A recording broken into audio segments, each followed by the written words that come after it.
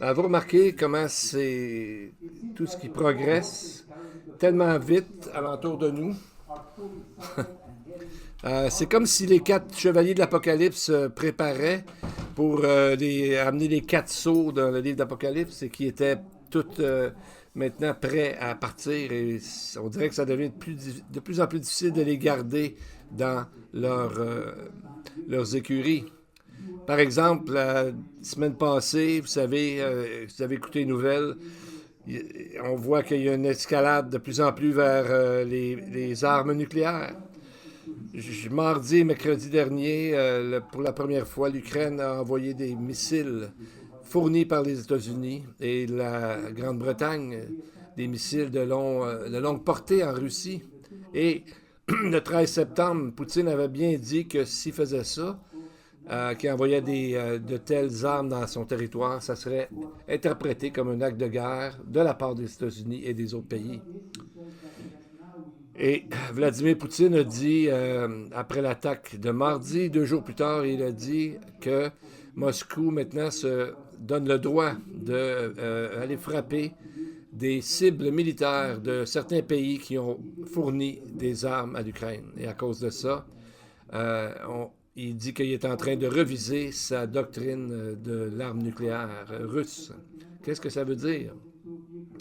Ça veut dire que la Russie maintenant a abaissé son seuil de tolérance et est prêt à utiliser les armes nucléaires. Il croit qu'il a maintenant le droit de se protéger son pays, la Russie, de protéger sa souveraineté. Il croit que la ligne rouge a été dépassée. Et jeudi, pour la première fois, la Russie a envoyé des missiles intercontinentaux en Ukraine. Donc, on voit comment sont pressés, on dirait, de commencer cette guerre. Euh, Selon un bulletin des scientifiques au côté atomique, c'est un groupe qui s'est basé sur une idée d'Albert Einstein qui ont une espèce d'horloge pour la fin du monde et ils ont mis cette horloge maintenant à 90 secondes avant minuit.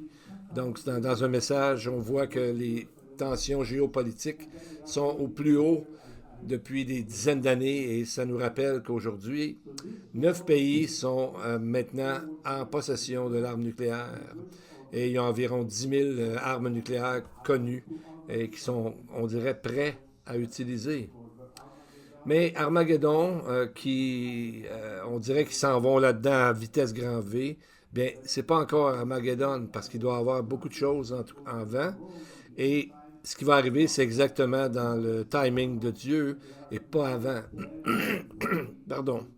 Mais nous voyons que ces pays sont en train se préparer à avoir un rôle majeur, comme a été prophétisé par les prophètes de la Bible. Et ils sont prêts et on voit que cela s'avance de plus en plus vite.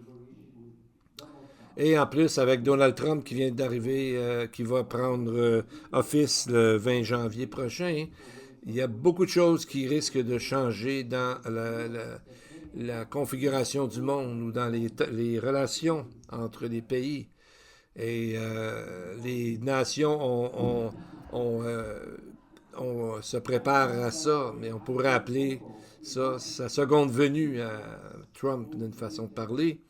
Mais Trump a bien dit qu'il veut agrandir encore et renforcer le côté militaire des États-Unis et aussi le côté économique.